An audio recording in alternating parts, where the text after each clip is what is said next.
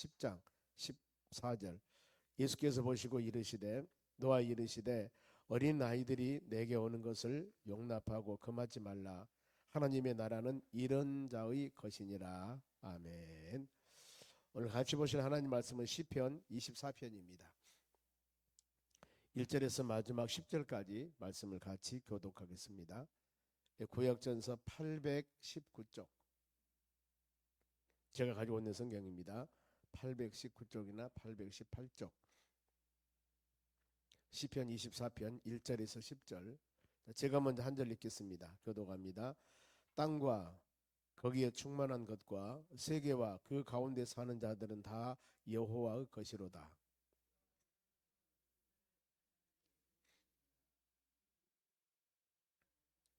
여호와 산에 오를 자 누구며 그의 거룩한 곳에 설 자가 누구인가.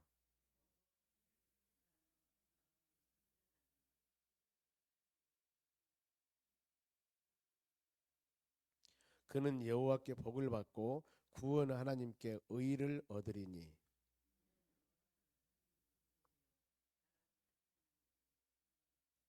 문들아 너희 머리를 들지어다. 영원한 물들아 들지어다. 영광의 왕이 들어가시리로다.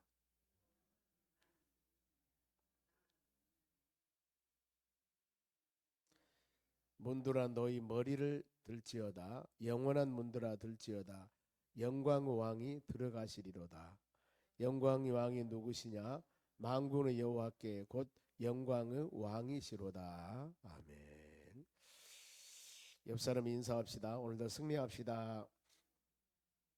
좋은 하루 되시기 바랍니다. 오늘 하나님 말씀은 창조주 하나님께 예배를 드리자 하는 말씀입니다. 구약의 시편에 보면 시편은 모든 시편을 기록한 배경이 있습니다.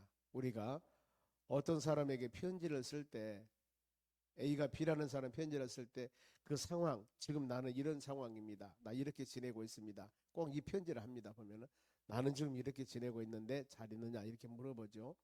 그와 같이 구약의 시편을 기록할 때는 배경사가 있습니다. 보면은 지금 다윗의 시편이거든요. 보면은 표제 다윗의 이렇게만 기록하고 있는데 그러면은 다윗이 어느 지금 시기였을까? 지금 이 본문의 배경은 사무엘 하 6장입니다. 12절에서 19절 내용들인데 거기에는 어떤 내용들이냐면은 법궤가 아직 하나님의 성전에 들어가지 못하고 이제 오벳 에돔의 집에서 법궤가 있다가 하나님의 성전으로 옮기려는 그런 마음을 작정하고 있을 때 이때에 기록한 바로 시편이 본문의 말씀입니다. 그러냐 하나님의 성전에는 이 법궤 지성소에 법궤가 있음을 통해서 하나님의 임재를 상징하거든요. 하나님이 존재한다. 하나님이 계신다. 하나님이 함께한다. 그래 전쟁할 때도 법궤를 가지고 가고 이스라엘 백성들은 굉장히 귀하게 여겼습니다. 그것이 바로 하나님이 함께하심 하나님의 임재. 그러나 하나님의 성전에 법궤가 없습니다. 어떻게 했어요? 그래 다윗이 이제 법궤를 그래 이제 시온선 하나님의 바로 성전에다 법궤를 옮기는 그런 마음을 가졌을 때 하나님께 드리는 시편이에요. 그런 마음으로 생각한다면은 지금 어느 마음일까? 즉 우리가 하나님의 전에서 예배를 드릴 때 과연 우리 마음이 어떤 예배, 어떤 마음을 가져야 할 것인가? 이런 내용을 비교해 보면 은혜가 될 줄로 믿습니다. 먼저 1절 말씀 봅니다. 땅과 거기에 충만한 것과 세계와 그 가운데 사는 자들이 다 여호와 것이로다. 온 세상 하나님 것이로다. 왜 우리가 하나님께 경배하고 찬양해야 되는가? 하나님은 창조주이십니다. 온 세상을 만드신 분. 창세기 1장 1절에도 보면은 성경을 제일 먼저 시작할 때 창세기 1장 1절 태초에 하나님이 천지를 창조하시니라. 딱 이겁니다. 우리는 이 하나님의 말씀이 믿어지는 은혜가 우리에게 임하셔야 됩니다. 아무것도 없는 무의 상태입니다. 공허하고 무의 상태인데 아무것도 없는 하나님께서 전능하신 하나님이 말씀 한마디로 하늘과 땅을 완전하게 만드셔요. 해, 달, 별 모든 거 이스라 한마디로 완전하게 만들어져 버립니다. 이것이 하나님의 전능성입니다. 창조주 하나님의 능력입니다. 그러면 이것이 믿어지면은 우리 모든 구약의 기사와 이적이나 역사적인 사건들이나 아니면 신약의 예수님이 행하는 모든 사도들이 행하는 일들을 믿어지는 거예요. 죽은 지 4일 된 나사로를 살렸다. 물론 예수님의 신성을 갖고 있기 때문에 가능합니다. 그러나 바울 사도가 복음을 증거하다가 유두고라는 사람이 2층에서 땅에 떨어져 졸다가 죽습니다. 그런데 살려요. 바울뿐만 아닙니다. 베드로도 그런 역사가 있습니다. 어찌 이렇게 할까? 하나님의 전능성, 하나님의 능력. 그들은 하나님의 능력으로 기도했을 뿐이고 죽은 자를 살리게 하고 기사와 이적을 행하신 분은 하나님이세요. 그래 우리가 이런 신앙을 갖고 하나님의 전에서 아니면 장소를 초월해서 어느 곳에서나 기도하고 간구하고 하나님께 부르짖을 때 하나님은 시간과 장소를 초월해서 이루신 하나님을 믿을 때 하나님께 진정한 마음으로 기도가 나오는 겁니다. 예배도 동일합니다. 이 시간 여러분 오늘 하루가 어떤 일을 아무도 모릅니다. 그러나 하루 일과 하나님께 맡기면서 가장 좋은 일들로 하나님 오늘 하루 열매있기를 원합니다. 그래 어떻게 보면은 새벽 예배가 그렇게 중요한 겁니다. 홍해바다가 갈라지고 여리고성이 무너지고 귀한 사건들, 더 나가서 우리 예수님께서 부활할 때도 아침 새벽 미명인 아침 시간 새벽에 일어난 사건들이 보면은요, 우리는 항상 하루 일과 시작하기 전에 첫 이 시간이 가장 중요한 시간임을 믿고 하나님 말씀 듣고 기도하는 겁니다. 우리의 가정도 지켜주시고 사업장도 지켜주시고 우리 일터도 지켜주시고 직장도 지켜주셔서 이 하루가 우리가 근무하는 하나는 모든 것들이 아름다운 열매를 맺도록 은혜를 주시라고. 그것이 여러분 신앙 아닙니까? 하나님을 의지하는 그런 마음입니다.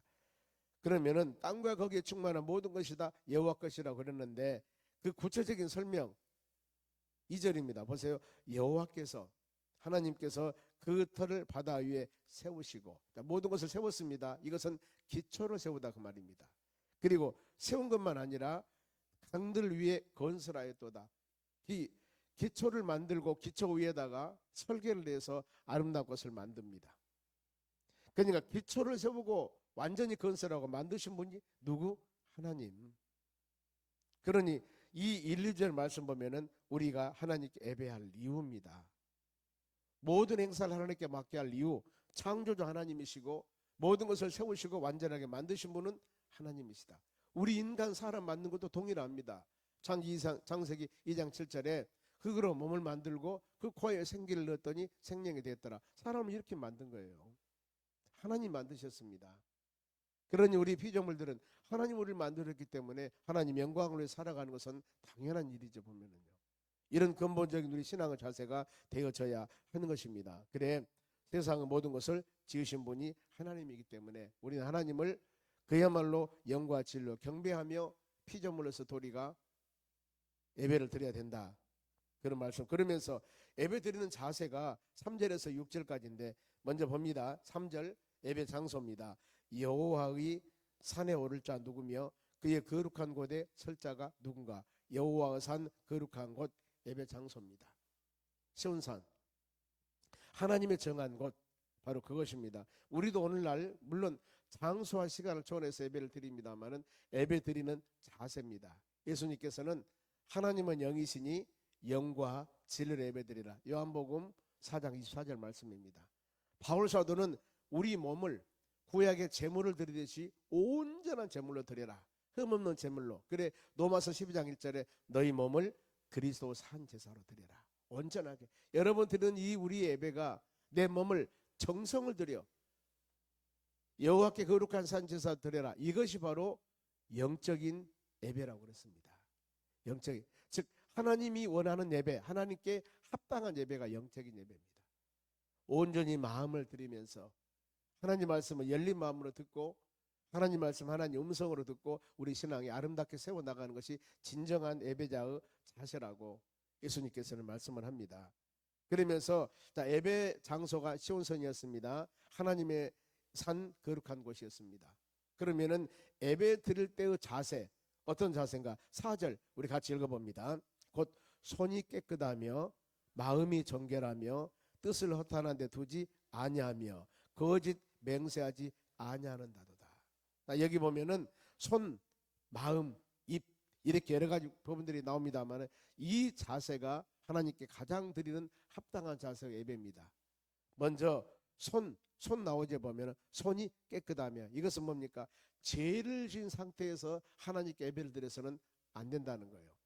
그러면은 로마 3장 10절에 보면은 의인은 없나니 하나도 없다고 그러는데 우리가 죄인인데 이렇게 생각이 되겠죠. 그런데 그게 아닙니다.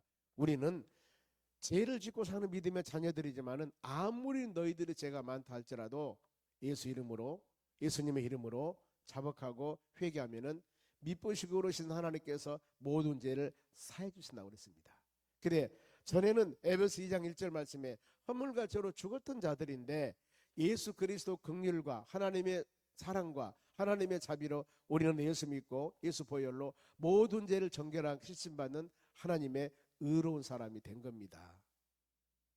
하나님 은혜입니다, 바로. 그래서 우리는 항상 열린 마음으로 하나님 말씀을 들을 때, 성령께서 여러분에게 깨달음을 주었을 때, 내 자신이 하나님 말씀에 어긋난 일이 있다면 우리는 회개해야 되는 겁니다. 그래, 내 생각에 성령께서 회개할 수 있는 마음을 주시지만은 가장 강하게 역사하는 것이 뭐냐면은 설교 말씀을 들을 때, 예배할 때입니다.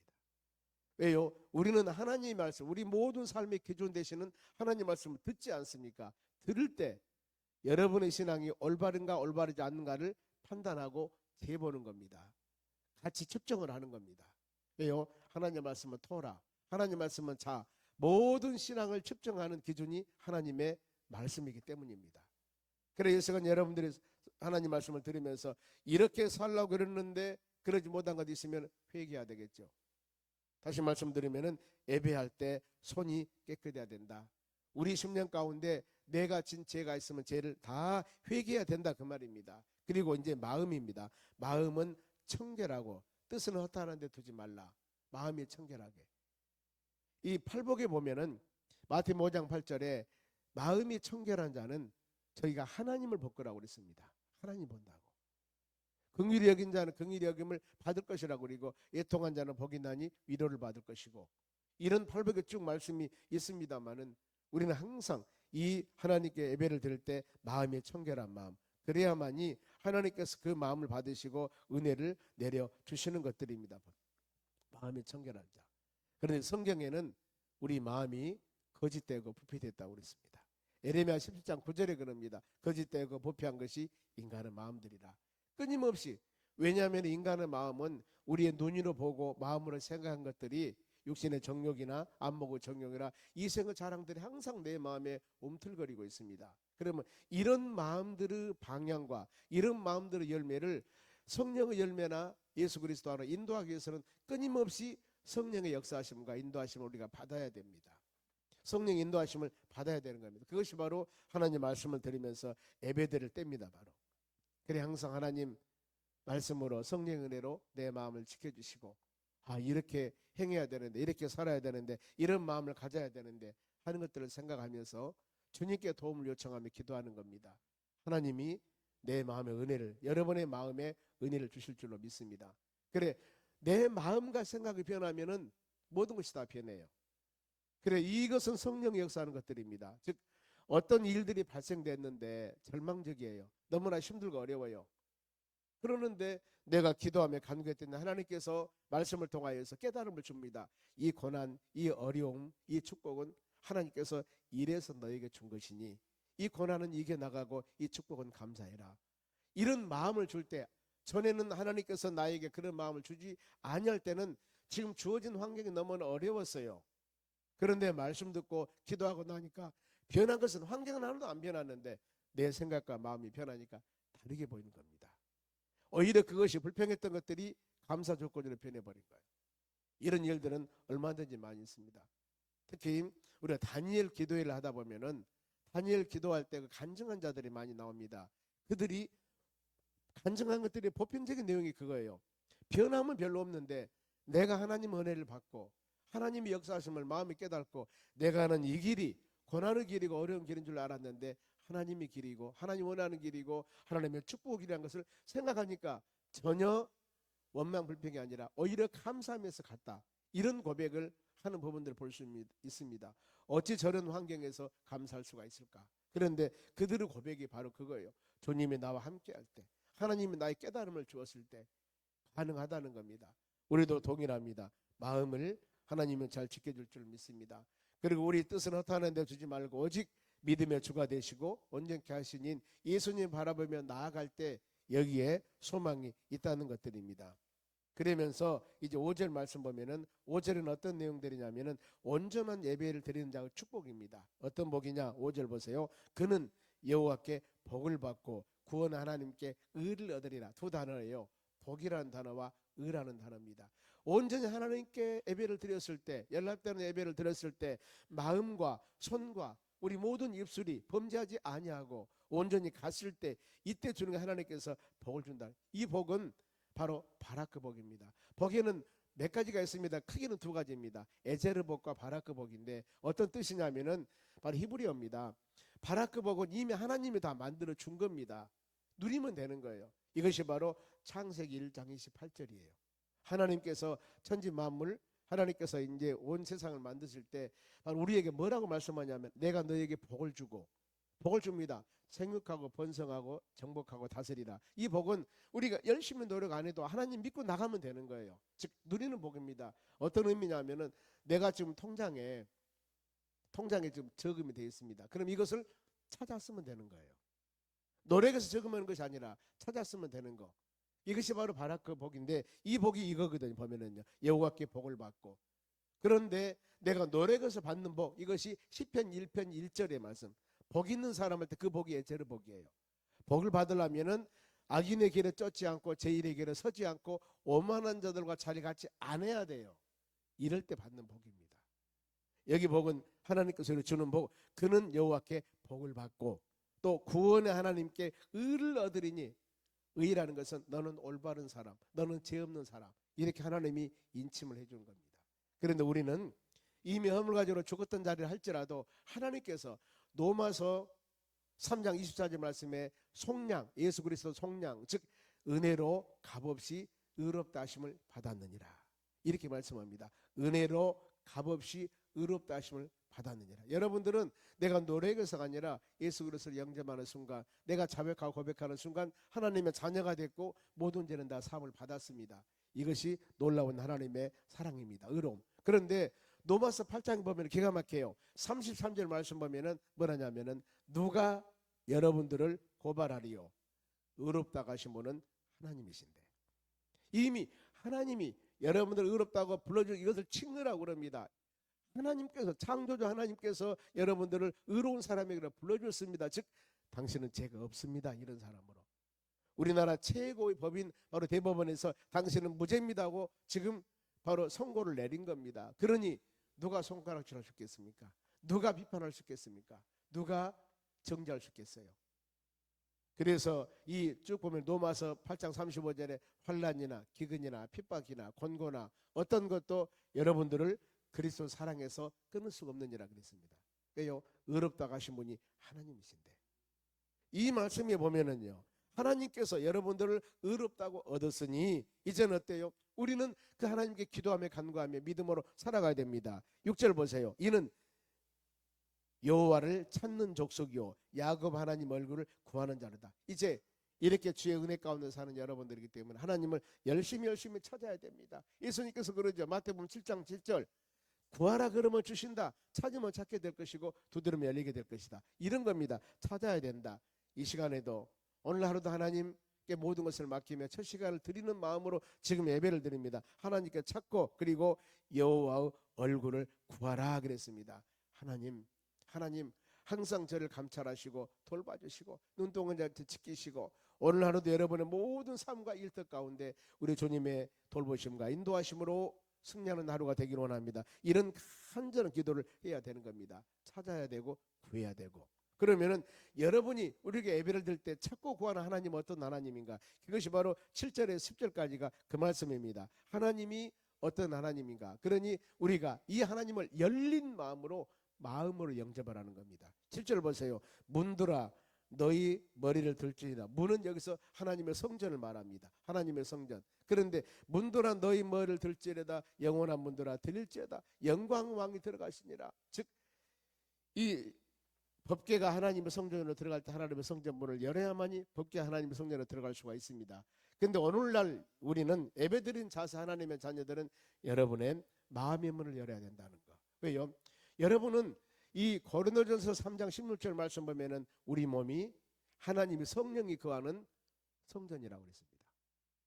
성전을 열어서 법궤가 들어가듯이 우리 몸은, 우리 마음은 하나님의 성령이 가는 성전이기 때문에 우리가 마음의 문을 열고 예배드릴 때 온전히 하나님을 나의 구세주로 영접하고 하나님 말씀 믿는 믿음을 가져야 된다는 거.